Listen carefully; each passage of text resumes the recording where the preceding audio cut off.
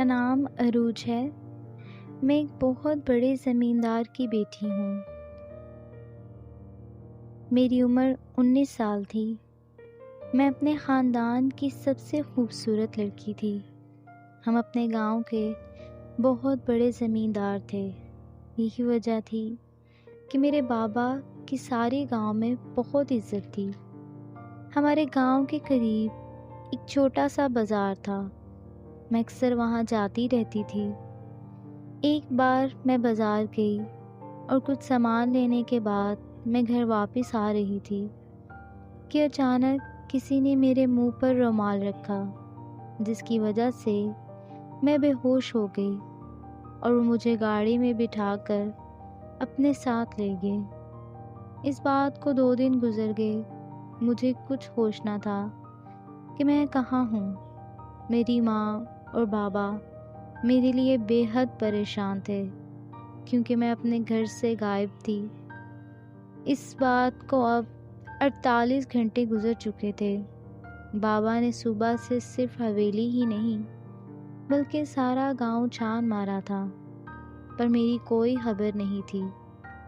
پھر اچانک ان لوگوں نے مجھے گاڑی میں بٹھایا اور ہماری حویلی کے پاس مجھے اتار کے میں نے مرے ہوئے ہاتھوں سے دروازے پر دستک دی اور میری ماں نے دروازہ کھولا۔ میرا چہرہ مرجھا چکا تھا، بال بکھرے ہوئے تھے، حالت اجڑی ہوئی تھی اور میں بے حد ڈری ہوئی تھی۔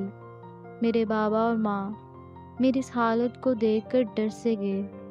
ماں نے مجھے فوراً گلے سے لگایا، سوال کرنے لگی کہ میں کہاں تھی، مجھے کون لے گیا تھا۔ میں ابھی کوئی بھی جواب دینے کی حالت میں نہیں تھی۔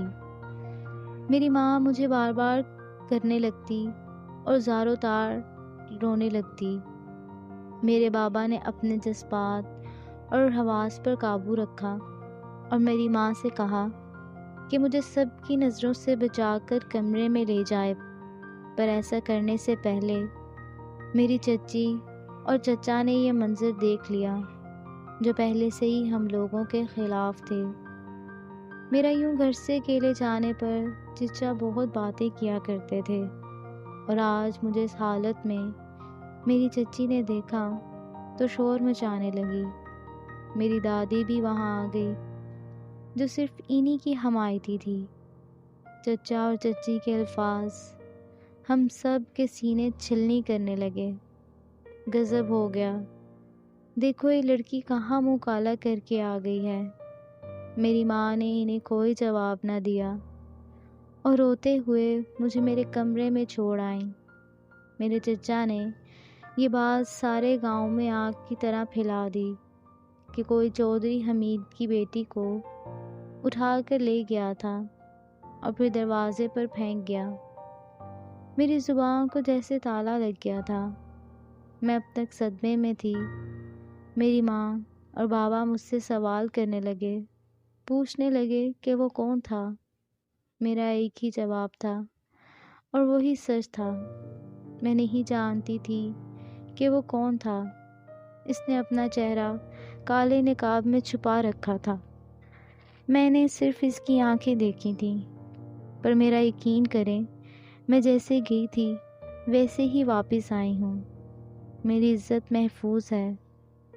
وہ شخص مجھے لے کر تو گیا تھا، پر اس نے مجھے ہاتھ تک نہیں لگایا اور واپس چھوڑ گیا۔ میں رو رو کر اپنی صفائیاں دیں۔ میں اپنے ماں باپ کی اکلوتی اولاد تھی۔ وہ مجھ سے بہت پیار کرتے تھے۔ انہیں میری بات کا یقین تھا۔ وہ جانتے تھے کہ میں ایسا جھوٹ کبھی نہیں بولوں گی، پر سچ جو بھی ہو، جھوٹ تو مشہور ہو چکا تھا۔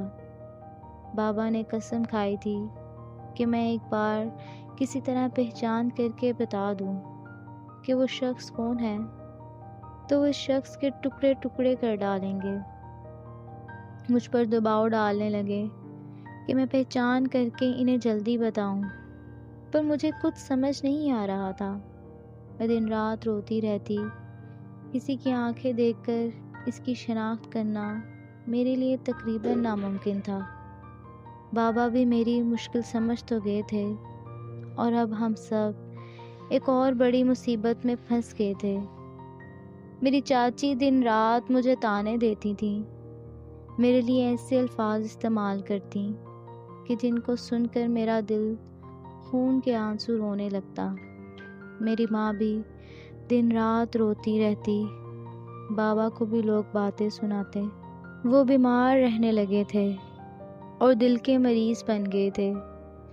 میری منگنی ساتھ والے گاؤں کے نوابوں کے گھر میرے بچپن میں ہی ہو گئی تھی، جو میرے بابا کے بہت اچھے دوست تھے۔ وہ لوگ ہم سے بھی زیادہ امیر تھے۔ وہ کسی حویلی میں نہیں بلکہ محل میں رہتے تھے۔ ان تک بھی یہ خبر پہنچ چکی تھی۔ میرے گھر والوں کو یقین تھا کہ اب وہ رشتہ توڑ دیں گے۔ میری دادی اور چاچی بھی کہتی تھیں کہ میرا کہیں اور رشتہ کر دیں اور مجھے اس گھر سے نکال دیں۔ کوئی بھی بوڑھا رنڈوا جو بھی ملے اس کے ساتھ مجھے چلتا کریں۔ پر بابا کے دل میں ایک امید باقی تھی، جو اس دن ٹوٹ گئی جب نوابوں کے گھر سے کال آئی اور انہوں نے میرا رشتہ فون پر ہی توڑ دیا۔ ان کا کہنا تھا کہ وہ کسی بدنام لڑکی کو اپنے گھر کی عزت نہیں بنا سکتے۔ اس کے علاوہ انہوں نے میرے خلاف بہت گندی گندی باتیں بھی کیں۔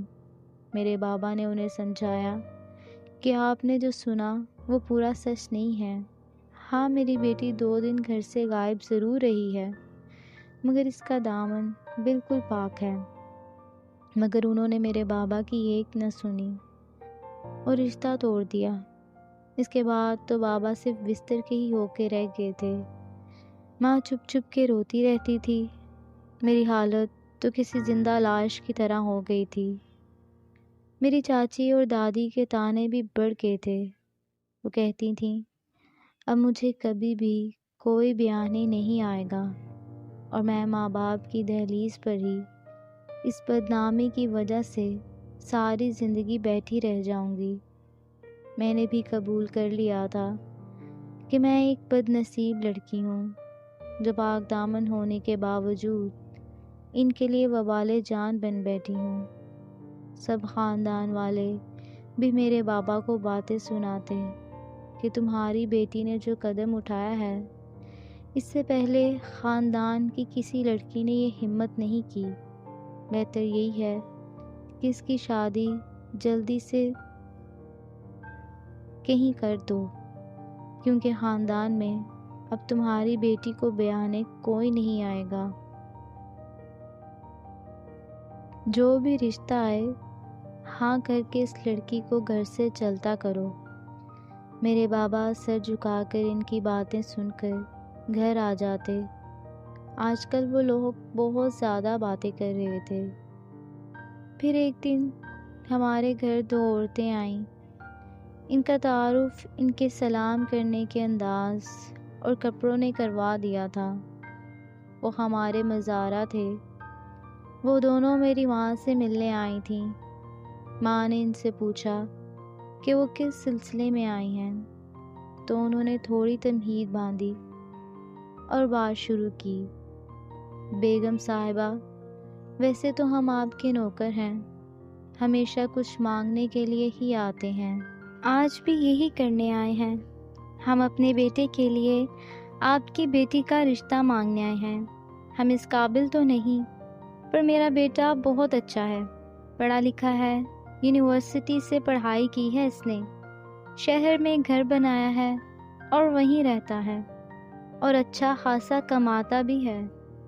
لوگوں کی زبانیں بند کرنے کے خاطر ہی آپ ہم پر کرم کر دیں۔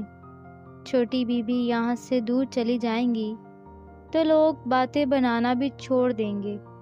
میری ماں یہ سن کر خوش بھی ہوئی اور نہیں بھی۔ انہیں دکھ بھی ہوا کہ میرے لیے رشتہ تو آیا، اور انہیں دکھ اس بات کا ہوا کہ وہ ہمارے نوکر تھے۔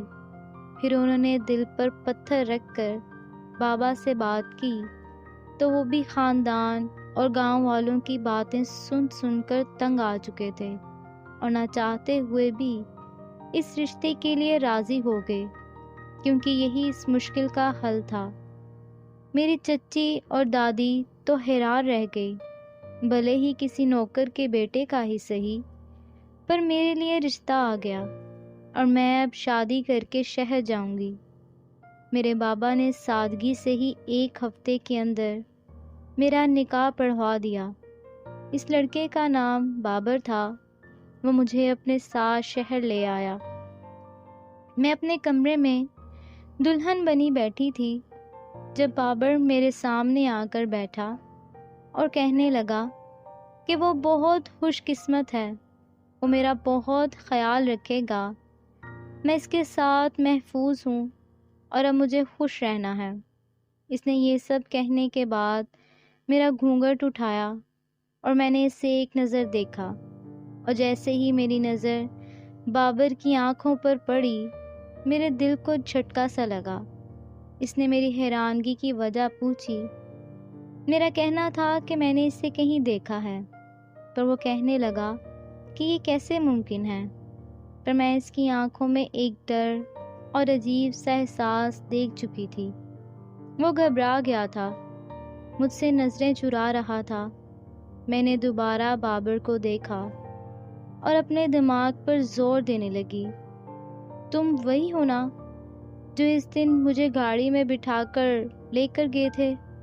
میں نے ڈر کر سوال کیا تھا۔ بابر نے سر جھکا لیا اور کچھ بولنے کی کوشش کرنے ہی لگا تھا کہ میں نے چلانا شروع کر دیا۔ اس نے بامشکل مجھے چپ کروایا۔ اب میں وہاں سے بھاگ جانا چاہتی تھی کہ بابر نے بڑھ کر میرے پاؤں پکڑ لیے اور مجھے حقیقت بتانے لگا۔ ہاں، میں وہی ہوں جس نے تمہیں اغوا کیا تھا، پر میں مجبور تھا۔ میں بچپن سے تمہیں چاہتا ہوں۔ جب تم سکول جاتی تھی، اپنی سہیلیوں کے ساتھ بھاگ جاتی تھی، میں تمہیں چھپ چھپ کر دیکھا کرتا تھا۔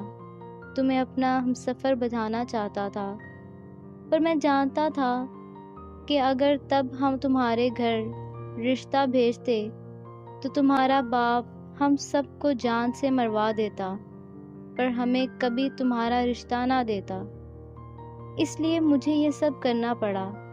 میں مجبور تھا، تمہارے بغیر ایک پل نہیں جی سکتا تھا۔ بس تمہیں حاصل کرنے کا جو طریقہ مجھے سمجھ آیا، میں نے اپنا لیا۔ مجھے معاف کر دو۔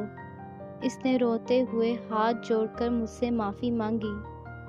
میں پھوٹ پھوٹ کر رونے لگی۔ تم نے مجھے برباد کر ڈالا، مجھے بدنام کیا، میرے ماں باپ کو سارے گاؤں میں رسوا کروا دیا، اور اب کہتے ہو کہ تم مجبور تھے۔ تمہیں پتہ ہے کہ جوڑے آسمانوں پر بنتے ہیں۔ شاید اگر تب کوشش کرتے تو میں تمہارے حصے میں آ جاتی، کوئی سبب بن جاتا، پر تم نے غلط راستہ چنا ہے۔ اور اگر تمہیں یہ لگتا ہے کہ اس طرح تم نے مجھے حاصل کر لیا ہے، تو یہ تمہاری بہت بڑی بھول ہے۔ میں کبھی بھی تمہارے ساتھ نہیں رہوں گی، تمہیں اپنی ذات پر کوئی حق نہیں دوں گی۔ میں تمہاری ہمسفر نہیں، تمہاری سزا بن جاؤں گی۔ میں نے روتے ہوئے اپنا فیصلہ سنا دیا تھا۔ بابر مجھ سے معافی مانگتا رہا، پر میں نے اس کی ایک نہیں سنی اور اپنے گھر واپس آ گئی۔ میری چچی کو تو پھر سے باتیں کرنے کا موقع مل گیا کہ اگر مجھے کوئی بیاہ کر لے بھی گیا تو 2 دن سے زیادہ مجھے اپنے ساتھ نہیں رکھ سکا۔ آخر ایسی لڑکی کو رکھے گا بھی کون؟ پھر میرے عذاب ابھی ختم کہاں ہوئے تھے۔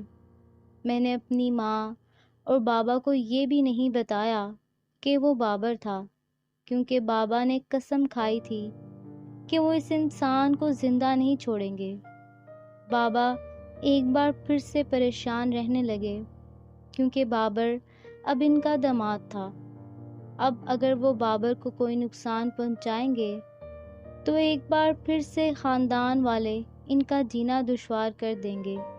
وہ انہی سوچوں میں گم رہتے کہ اچانک 1 ہفتے بعد دل کا دورہ پڑنے سے ان کا انتقال ہو گیا۔ میں بہت روئی، بہت تڑپی۔ بابا نے مرنے سے پہلے مجھ سے یہی التجا کی تھی کہ میں اپنے گھر واپس لوٹ جاؤں۔ اب ماں نے بھی میرے سامنے ہاتھ جوڑ کر یہی کہہ ڈالا۔ مجھے مجبوراً واپس آنا پڑا۔ بابر نے پھر وہی بات کی کہ وہ اپنی غلطی کا ازالہ کرنا چاہتا ہے، پر میں نے اسے صاف سمجھا دیا کہ اس کا اور میرا کوئی تعلق نہیں ہوگا، وہ مجھ سے ہمیشہ دور رہے گا۔ میں نے کہا کہ اگر اس نے ایسا کرنے کی کوشش کی تو میں اس سے طلاق لے لوں گی۔ بابر نے کہا، اسے میری ہر شرط منظور ہے، صرف میں اس سے طلاق لینے کی بات نہ کروں۔ اس نے کہا، جیسا میں چاہوں گی سب ویسا ہی ہوگا۔ اب بازی میرے ہاتھ میں آ گئی اور مجھے اپنے شوہر سے بدلہ لینا تھا۔ میں رحم کے موڈ میں نہیں تھی۔ میں نے یونیورسٹی میں پڑھنے کی فرمائش کر دی۔ اس کے علاوہ بھی میں نے ایسی کئی فرمائشیں کیں جنہیں پورا کرنا بابر کے لیے آسان نہیں تھا، پر اس نے میری ہر بات مانی۔ میں یونیورسٹی جاتی، وہاں نئے نئے دوست بناتی جن سے میں دن رات باتیں کرتی، کبھی کبھی بابر کے سامنے بھی باتیں کرتی تھی۔ وہ جانتا تھا کہ میں غیر مردوں سے باتیں کر رہی ہوں، پر مجھے اف تک نہیں کہتا تھا۔ میں رات کو دیر سے گھر آتی، کبھی کسی دوست کے گھر پارٹی ہوتی تو کبھی کسی دوست کے گھر۔ بابر جب مجھے یونیورسٹی چھوڑنے آتا تو میں اپنے دوستوں کو یہی بتایا کرتی تھی کہ یہ میرا نوکر ہے۔ کوئی نہیں جانتا تھا کہ یہ میرا شوہر تھا۔ اب میں بابر سے ٹھیک سے بات تک نہیں کرتی تھی۔